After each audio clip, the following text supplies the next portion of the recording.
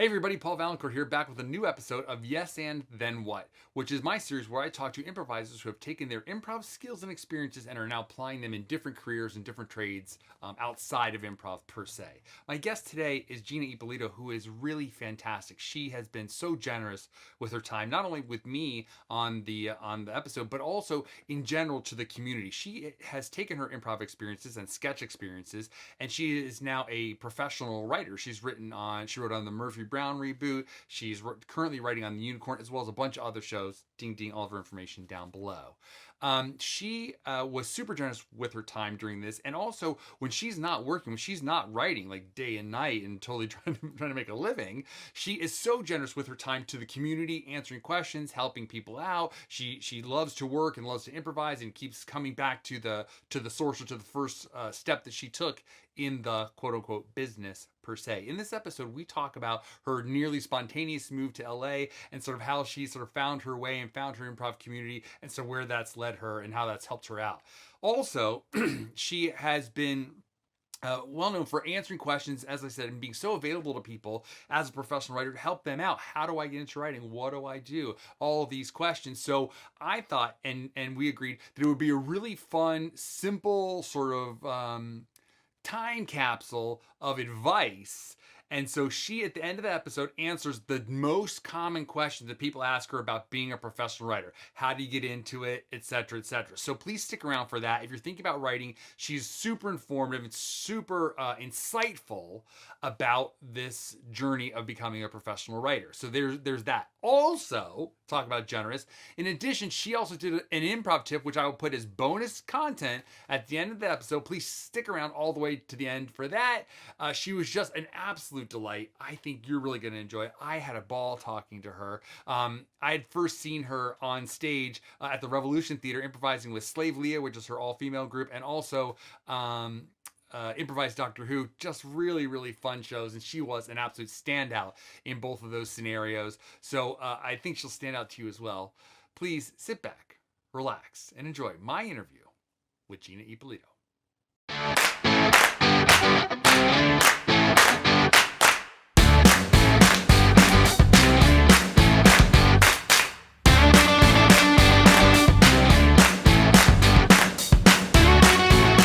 Hey everybody, welcome back to another episode of Yes and Then What. We have a very fantastic guest today. Can you please introduce yourself for the crowd at home? Hi everybody, I'm Gina Ippolito. I'm a comedian, podcaster, host, writer in Los Angeles, currently writing on season 2 of The Unicorn on CBS. Fantastic. Congratulations, first of all, on all your success. Your resume is like outstanding, and Thank you. It's really impressive for sure. Let's start though at the beginning. I was reading about you today to sort of prepare for today that you came from New Jersey, and you sort of basically, when you were done with college, you were like, here we go, LA, here we come. And you packed up all your kit and caboodle and came to LA. No car, no, you had a car, but no cell phone, no place to live, no job. I did not have a car. I came in a U-Haul. Sorry, I'll give you too much credit. Let's really tell the story like it was. You just came in a U-Haul, and you had 3 days before you had to return the U-Haul, so you had to figure it out. Yeah, exactly. And I didn't know anyone in LA. The closest person I knew was in San Francisco, which I had no idea how far that was, and I didn't even know him that well. So it wasn't, I didn't have college buddies waiting for me or family or anything. And my parents are retired teachers in New Jersey, so I'm not even kind of in the industry at all. Right. So yeah, I packed up a U-Haul and I drove sort of straight through, kind of sleeping, where I could, sometimes in the U-Haul, sometimes in just truck rest stops. I think I maybe paid for a motel one night, made it in about 4 days. And then I had no idea what to do. Like you said, I had 3 days to return the U-Haul, no cell phone, no apartment, no car, no job, limited funds. So I knew that within 3 days I had to somehow rent an apartment, buy a car, unpack the U-Haul, and then return it. And it could have gone much worse because I had no idea what I was doing, but it somehow all worked out. I found an apartment in West Hollywood and bought a Toyota Echo, the cheapest car I could find, and that was sort of it. And I'm very glad that I wasn't murdered in any of those ventures. Right. I've driven cross country. The idea of murder is very real. Oh There's like, yeah, no oh one yeah. can find my body. It's impossible. Yeah, I totally lied to my parents and said I stayed in a hotel every night and it was very safe because I didn't want them to be worrying. And like I said, I didn't have a cell phone, so they couldn't check up on me every day to make sure I hadn't been murdered. Right. I remember one time I drove across country and I stopped at a rest stop. It was like a little restaurant, and all around the restaurant were these sort of abandoned, burnt out cars. And I was like, this is the legacy of people who stopped here. I gotta go. So you came, and one of the first things you did after you sort of got your sort of basic Maslow needs sort of met, food and shelter and this sort of thing, one of the first things you did was you started in a class at UCB. Yeah, I stupidly, I wish I had done it sort of the week I moved out here, but I waited a couple years just because I didn't really know what improv was beyond Whose Line Is It Anyway? And so I had just signed up for normal acting classes and didn't really enjoy them. It was a lot of look deep into your partner's eyes and start crying and what comes up, and I was pretty uncomfortable. And that was when I quickly knew, oh, I'm maybe not an actor. And I had a friend I was transcribing for the Dr. Phil show in a basement for $10 an hour. And someone said, oh, you should try signing up for improv classes. That might be fun. And the second that I started doing it, I knew, oh, this is what I want. I don't have to look deep into anybody's eyes and cry. I just have to sort of figure out, like, go with what's going on, and if it's funny, then great. So I felt like I had sort of found my place that wasn't deep Meisner techniques, and Right. I was like, wow, I wish I had done this the second I moved out here. And then that sort of took over my life. The people in my classes and the people on my teams became my friends, and that's how I got jobs, and sort of the rest is sort of history. Yeah, I think that's super interesting. We were talking before we started recording about just the happenstance of success in the entertainment industry. There isn't like so many other professions. It seems like there's like kind of like a path to follow. In entertainment, it's like anything. You could sort of meet someone at a cocktail party and suddenly kablam or whatever, right? Yeah. Which is great and also terrible. But I think it's really interesting that like from this basement transcribing den for the Dr. Phil show, you got this first inspiration. And so you didn't know what improv was? Did you know what you were getting into by that time? Not really. I went into it pretty blind, and I mean, like I said, my main experience, which I feel like is true of a lot of people, it was Whose Line Is It Anyway? And so that's sort of what I knew about it, and it always looked fun. It looked easier than it was, of course, because they make it sort of look effortless. But yeah, that once I was in, I was in. I took every level and then went to different schools, and so yeah, for me it was a much better fit than just straight acting. That's awesome. And so when you say different schools, you started at UCB, you also did some time at IO West, at the Improv Space, and now you're mostly sort of a resident over at the PAC Theater. Yes. Yeah. I still, when things are up and running, I still direct a show once a month at UCB, which is called Sketchgram, where we write an entire sketch show in one day and then it goes up at midnight. But I teach and coach mainly at the PAC Theater now. Yeah. Yeah. And so I want to talk about that. You are by trade, a professional writer now. This is like your main sort of job. Super exciting. Again, congratulations. Thank you. But in between, it seems like in between, I guess, when you're maybe not sort of slammed with work. Well, let me ask you this. Maybe I'm sort of assuming too much.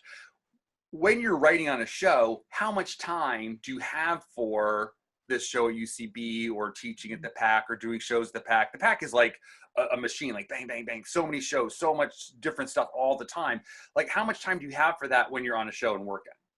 Yeah, that's a great question. It usually varies from show to show. Some shows are pretty leisurely, and they, you get out at sort of reasonable hour, and then other shows can, keep you there until 10 o'clock, 11 o'clock at night writing. But I usually have the rep in the writer's room of being the person who's just crazy because I schedule things on the weekends and I'm, I'll say, oh, I've got a show to do at 8 o'clock.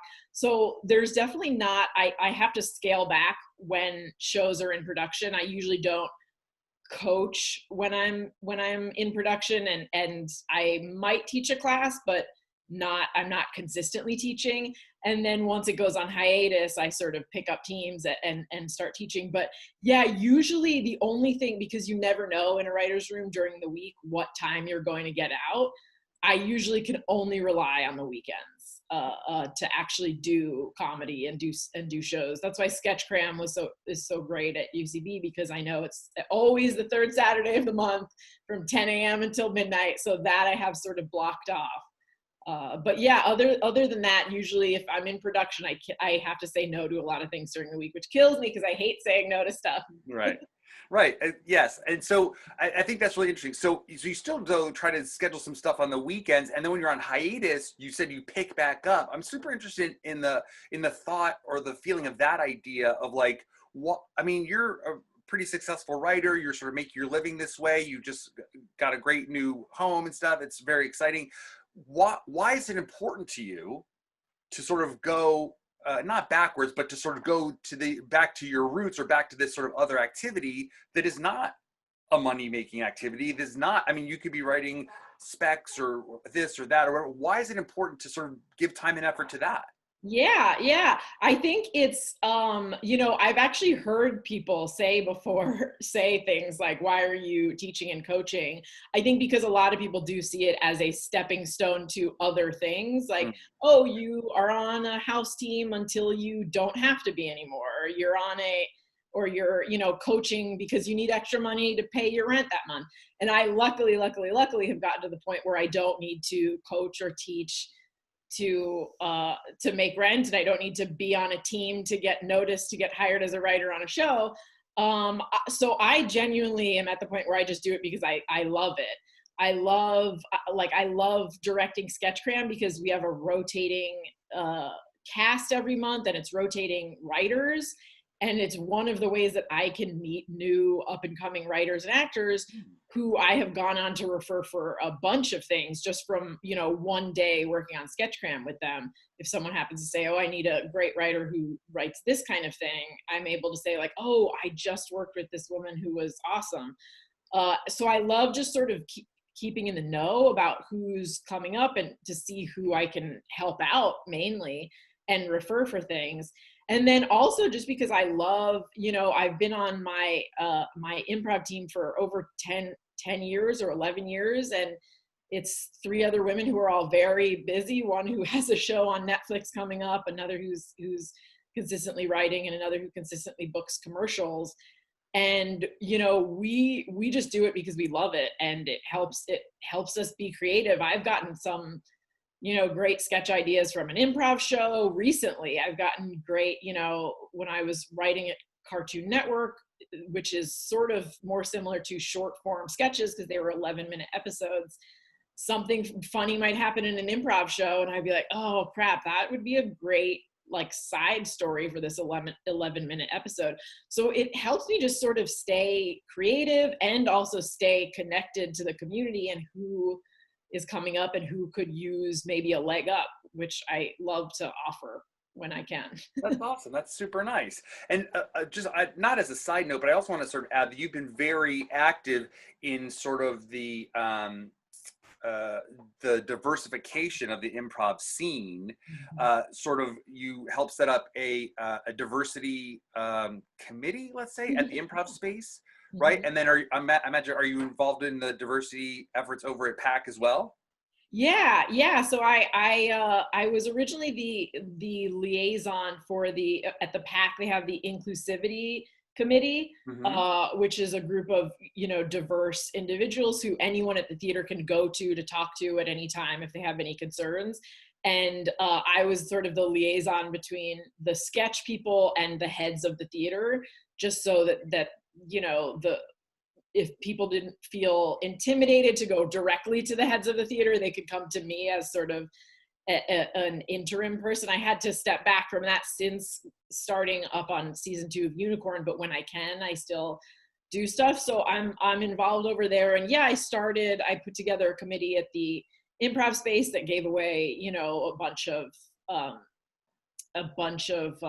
scholarships to people who, you know, applied and wanted to take classes and wanted to get better involved. And yeah, that's something that even since I took my first UCB class in 2007, and just since then, I've seen sort of the efforts that theaters have made and individuals have made that, and it's, you know, vastly different than it was even when I was taking classes, which is awesome, because then I feel like we have less drop off of sort of marginalized groups of people when they can go in a class and see, oh, it's not just me and a bunch of white guys. If I want to hang out with these people and feel included, I'm going to, because I see people who look like me. So yeah. Right. Excellent. That's awesome. I mean, I think it's great how much you're sort of giving back and helping out, have that such a conscious thing that you're doing as someone in entertainment and in this improv and sketch community. Because I think sometimes we're so focused on like, how do I get my mind, sort of, you know what I'm saying? How do I make my next thing, or how do I get on this team or get better at this or that? But I think it's great that you're sort of obviously still so involved and also just so consciously helping out the community at large. I think that's really, really fantastic. So let's talk about how that, being a part of that community, sort of got you into your first job. Yeah. Well, so the first job that I got, I think I had just made a mod team at UCB, and it was 2010. Like I said, I had been involved in UCB since 2007, and in 2010, I applied to be a writer on a mod team, and I got on, and this was at a time when it was still small enough at UCB that if you were on a team, they would sort of send out these like weekly blast emails with different opportunities or just interesting info. And I remember seeing an email that said, hey, there's someone looking for sketch ideas. They'll pay $125 for, you know, 3 days worth of work, basically. And to me, that sounded great, that if I could get paid any amount of money to write. So I went and I met with a guy, again, could have been murdered, luckily was not. And he just said, yeah, we're part of sort of this up and coming website. This was back when everyone was paying for content and no one really knew what they were doing. And, you know, we're just looking to put sort of a room together to riff on ideas, and it'll be 3 days, and you know, you won't get paid much, but are you interested? And I said, hell yes. And over those 3 days, I met, you know, people who had written for National Lampoon, and I got to know Haley Mancini better, who I've now had a years-long collaboration with in various things, and have been on an improv team with for 11 years. And just sort of got to know the process of a writer's room, as hodgepodge as it was. And that was the first time anyone paid me for writing. And sort of, I think it was, you know, a very long time before anyone paid me again for writing, not because I had done anything wrong, but because those opportunities, when you don't know anyone, are so few and far between. But each time I took one of those 1 or 2 or 3 day jobs, I met other people who then on their next job would say, if you're looking for someone, there's Gina. So, you know, I was fortunate enough to, I guess, make a good impression early on a few people. And for about 5 years, got little jobs here and there, paying whatever I would take, basically. That's awesome. And so, and you sort of have gone on to obviously become a professional network writer and all these sorts of great obvious sort of successes, but also you wrote a graphic novel, Mm-hmm. and also you have a podcast, Knowing Yep. Is Half the Podcast, where you Uh-huh. talk about G.I. Joe and other 80s cartoons, right? Yep. And so do you find like those, you were saying earlier that like being part of the improv community and sort of, you know, constantly revisiting that keeps you creative and keeps you sort of keeps those ideas coming? Do you find that like applying your skills in different sort of media or medium is also important to that process? Yeah, I mean, I'm of the mindset that sort of the more stuff I'm doing, the happier I am. You know, which is another reason that I've stayed involved in improv and sketch. I don't like to be bored, and I don't like to be not busy. So yeah, I think that it definitely helps. And again, one of the best things is every time we have a guest on our podcast, I get to know someone new. And, when I wrote the graphic novel with Haley Mancini, it was, I got to know people at different production companies that we were sort of pitching it to, who then would bring me in for an animated project. So everything to me is sort of an opportunity for whatever is happening next. And I think that having your hand in as many pies as possible, and again, I do it because it's fun. I think that's easier than doing it because I assume I'm going to get something out of it. My co-hosts on my podcast, I've known one of them since I had a level 205 back when that was how they numbered things at UCB, or level 5 improv class with. And at some point he was like, "You want to do this podcast?" And I just said, "Sure." And I didn't think like, well, what am I going to get out of this? But it's one of my highlights of the week to record it with them. And if I happen to meet someone who would, who does voiceover, who would make a great voice in a cartoon down the line, great. That's sort of an unintended consequence of it. But yeah, I just like doing new things and challenging myself and having extra avenues that if this whole main writing thing never does, if it crashes and burns at some point, then I have other things. That's interesting. And not to make you sort of the encyclopedia of success in writing, but do you feel like that's important? Well, let me ask you this a different way. Do you feel like sometimes people who are writers or creatives are sitting back and waiting for that opportunity to like, oh, this is a job, this is a thing that exists and I can plug into that, or I'm getting permission to create, or I'm getting paid to create? And do you feel like they're sort of holding back and that's holding them back? Yeah, I definitely think that. I mean, I think a majority of writers who make it are sort of type A, and they know, all right, I have a hiatus, I'm going to finish this script and I'm going to do that.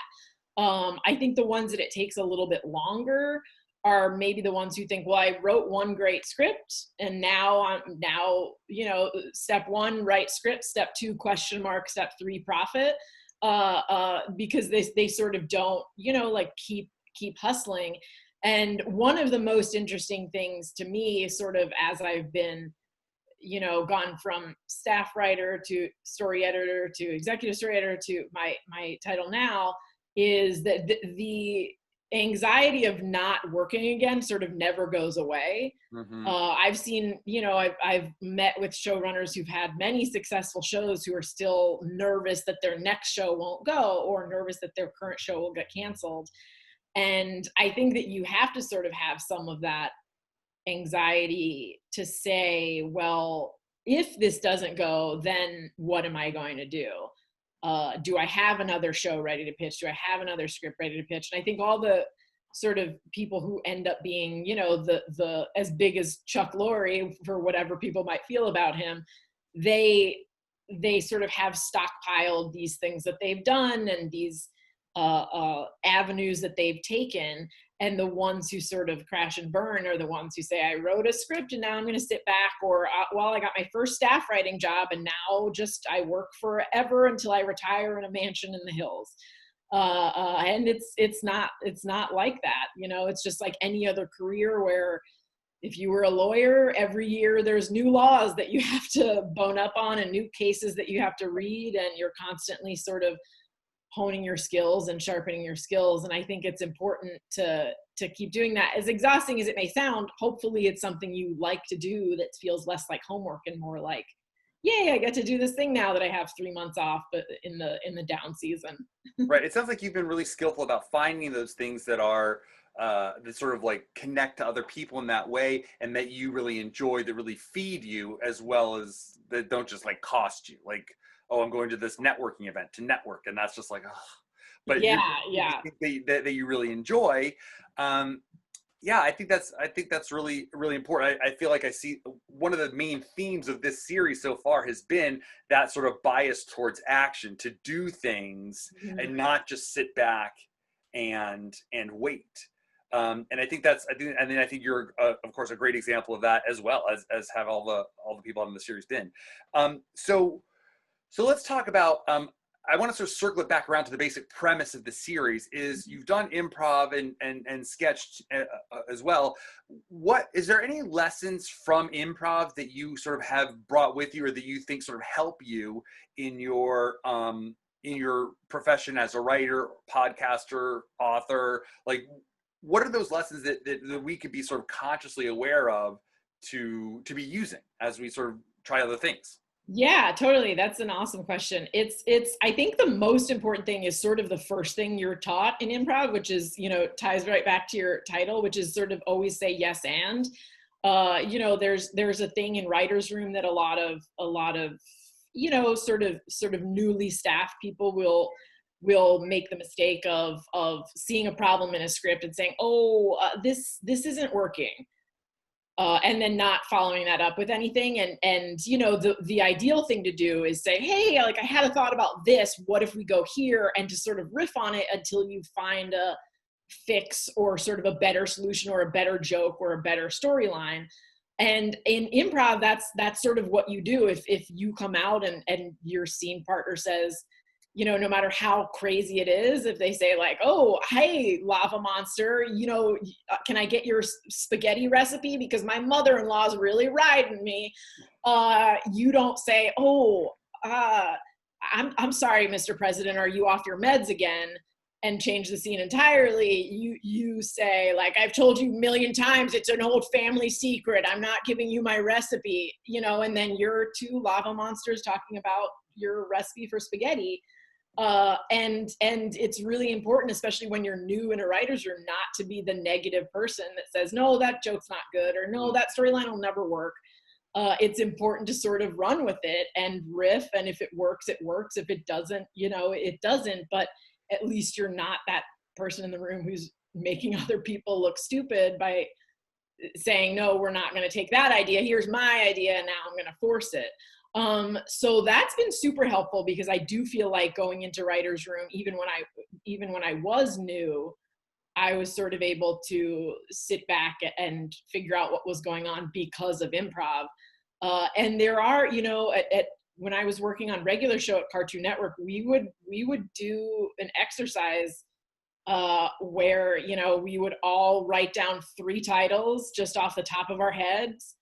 And then we would have a minute to write the plot of that episode that goes along with that title. So it's just a straight improv game, basically. Yeah. And luckily, I mean, it was a very small writer's room, but the other 2 writers also were improvisers. Patrick Baker, who's been at UCB for years and been on Maude, and who I knew, and Matt Price, who's an amazing writer, and he does stuff. He's an actor, does stuff all around town. So they weren't like, what? Who can write an episode in 1 minute? What's going on? And, our showrunner was just this great creative guy that then after the minute was up, we would read our description and he would say, okay, I like this part of yours and this part of yours and that part of yours. Let's like put them together. But I think if I hadn't had improv training, I would have been like, you want me to come up with a title about something and then write about it for 1 minute? And honestly, it's been helpful in not just the writing and writer's room aspects, but even when I go and pitch a show, the way pitches work usually is you go to executives or the head of development or whoever you're pitching to, and you say, here's my well-rehearsed idea for a show. Please buy it immediately. And that's not what happens. They immediately say, oh, but what if instead of a dad, he was a lava monster who hates his mother-in-law? And you can't just stare blankly and say, no, that's stupid. You have to say, yeah. And then he's asking his neighbor for his spaghetti recipe, and then this, and then that. And you're sort of, you have to show them that, oh, I just heard your crazy idea and now I'm going to run with it. Because if that's what you want, that's the show I'll write. So it's helped me massively in all of those. And I'm really glad that I did improv before getting into writing, versus, you know, writing and then having someone say, hey, you should take an improv class. Right. Because I felt like I had more tools in my tool belt basically whenever I go into a room. That's awesome. Those are all great lessons for life, saying yes to things and not just shutting people down, but also specifically for writing. I want to be respectful of your time, and we've been on for a little while. So as I promised, you have, because you're so nice and approachable and successful, a tricky combination. You said that people sort of oftentimes ask you for writing advice, and it's just so many people, and you want to help everyone. Obviously, you're doing so much to do that, but it's hard to drink so much coffee or to sort of politely decline so many offers. So we talked about, before we started recording, we talked about maybe you sort of telling us like the top 5 questions and answers that people usually come to you with about writing. So maybe people can just have this as a reference, and it'll save you some time, save them some time, and they can just come and refer to it and get some of their most important questions answered. Yeah, absolutely. Yeah, like you said, people sort of ask to pick my brain a lot, and a few years ago I was able to say yes to all of them because I had more time and there were fewer people, and now it's just sort of hit the point where I even named my loan out corporation Pick Your Brain Productions because I was just getting asked that so many times that it became sort of a trigger phrase for me of, oh no, again. So yeah, and I've tried to, you know, write some blog posts about it to sort of point people in that direction, but it's awesome that you have this resource. So yeah, a lot of the questions are generally the same. There's different flavors of them, but they're usually the same. The first question I get asked the most is, where do I start? So someone just moved to LA, or maybe they've been here for a while in a different field, and they feel like they're spinning their wheels and they have no idea where to even start. And my best advice for that is get into a community. It's much harder to do everything alone, obviously. And, you know, once you're in a community, whether that be the comedy community, which is what I chose, or if you just graduated from college, a lot of times just going to alumni events is great.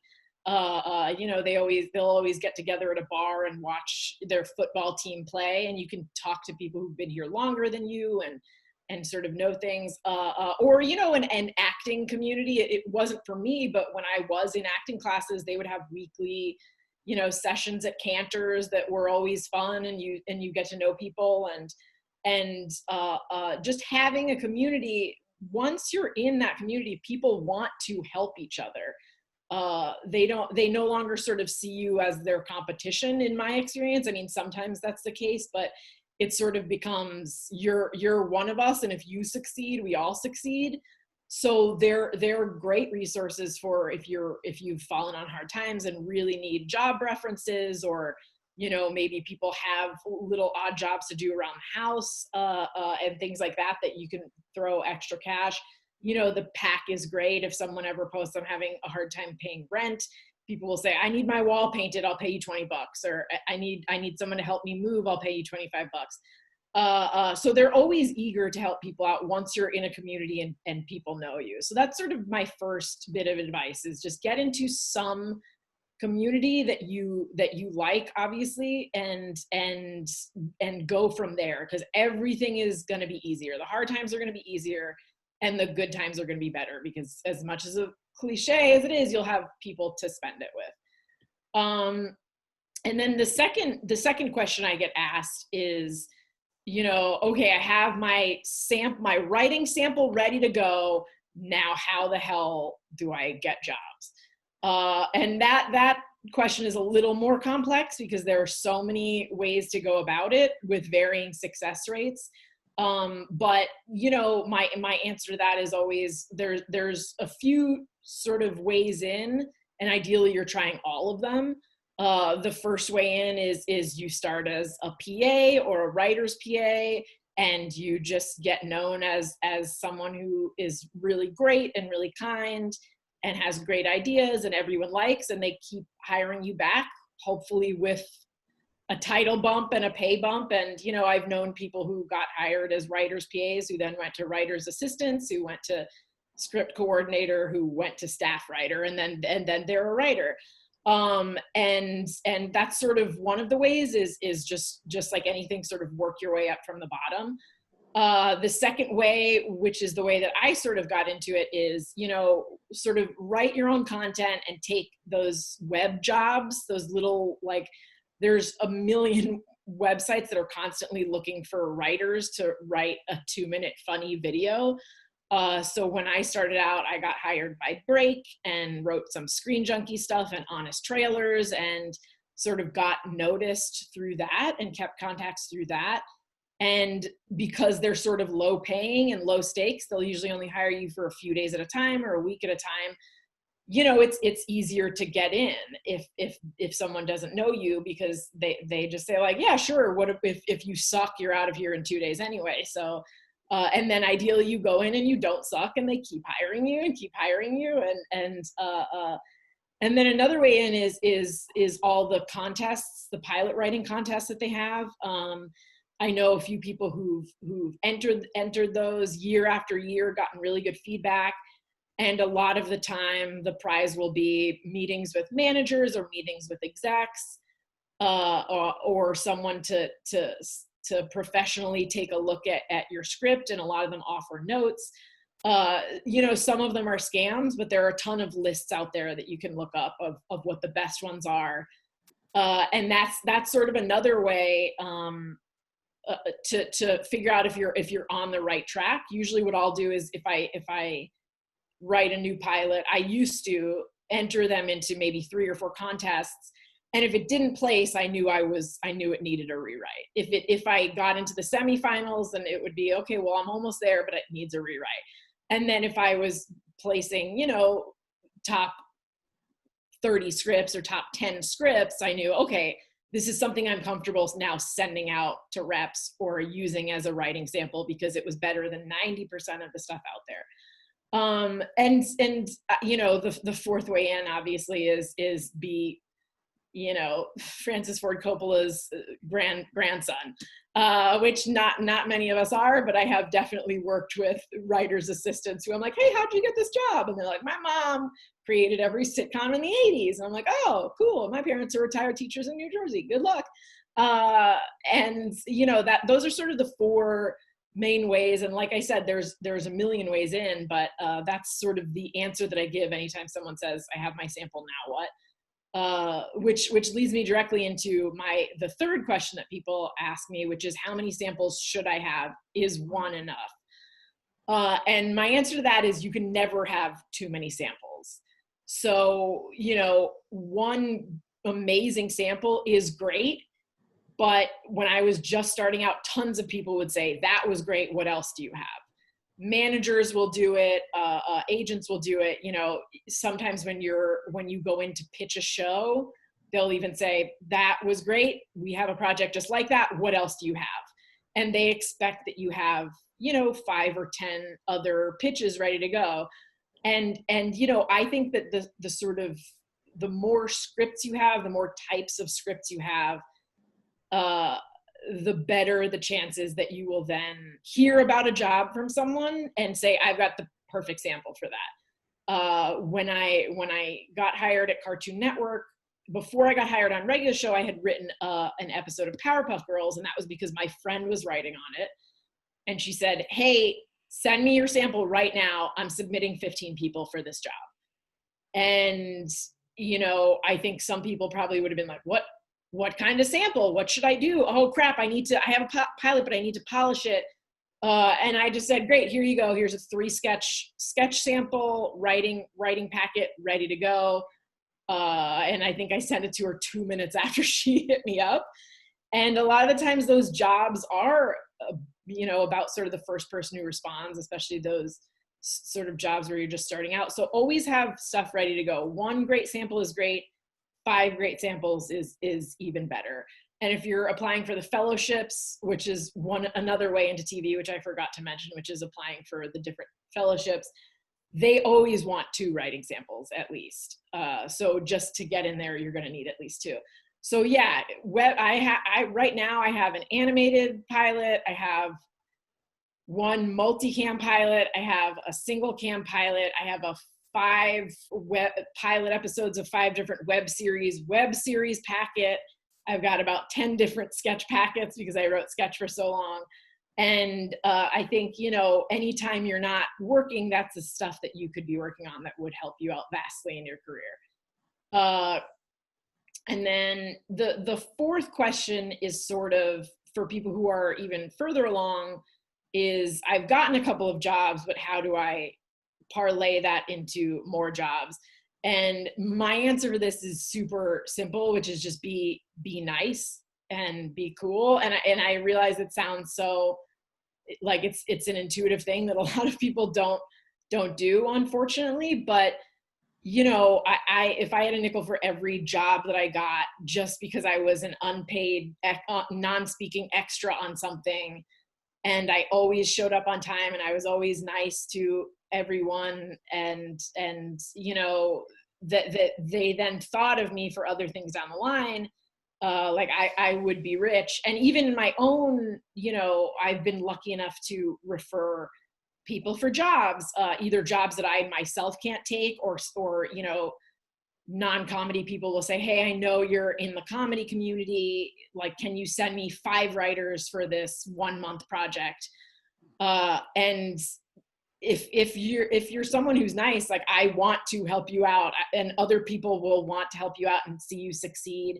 And if you're a dick, they obviously won't. It's sort of as simple as that. So when you get those first few jobs, you know, doing things like just showing up on time and checking in with people, and, you know, not being an asshole to other people, not like harassing anyone, obviously, it will take you a long way, because people want to, you know, this is LA, there's a lot of certain types of people out there who aren't going to be respectful and aren't going to be nice. And if you can sort of do this very small thing to set yourself above the others, and obviously just be nice because you should be nice, but it's sort of the fastest way to get blacklisted is if you've worked on a few things and every single person is like, that guy was an asshole. And then no one wants to hire you again. Yeah. How many is that? That's 4. That's 4. That's great. Okay, great.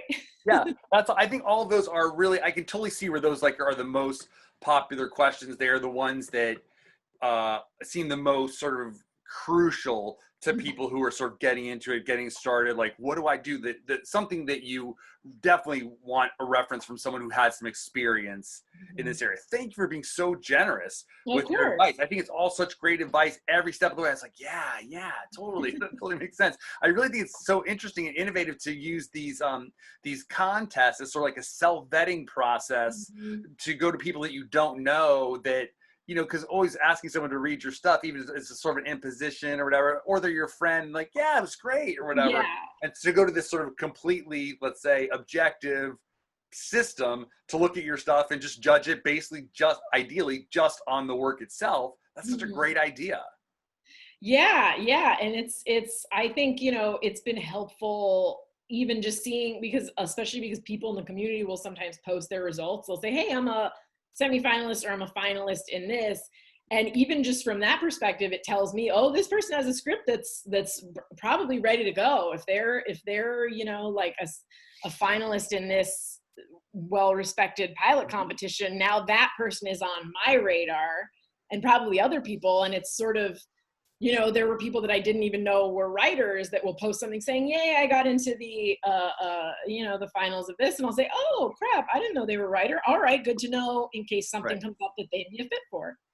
That's awesome. That's awesome. So as we're sort of winding out here, do you have any sort of final advice or anything that we haven't covered that you'd want to share with, I know we didn't talk about Slave Leia very much, or we didn't talk about Doctor Who Live very much, but those are great things. I'm going to put all the links to your shows and projects and podcasts, everything in the description down below so people can easily find you and all of your great work. But is there anything else that you'd want to share with maybe some advice you wish you had gotten starting out or in improv or whatever?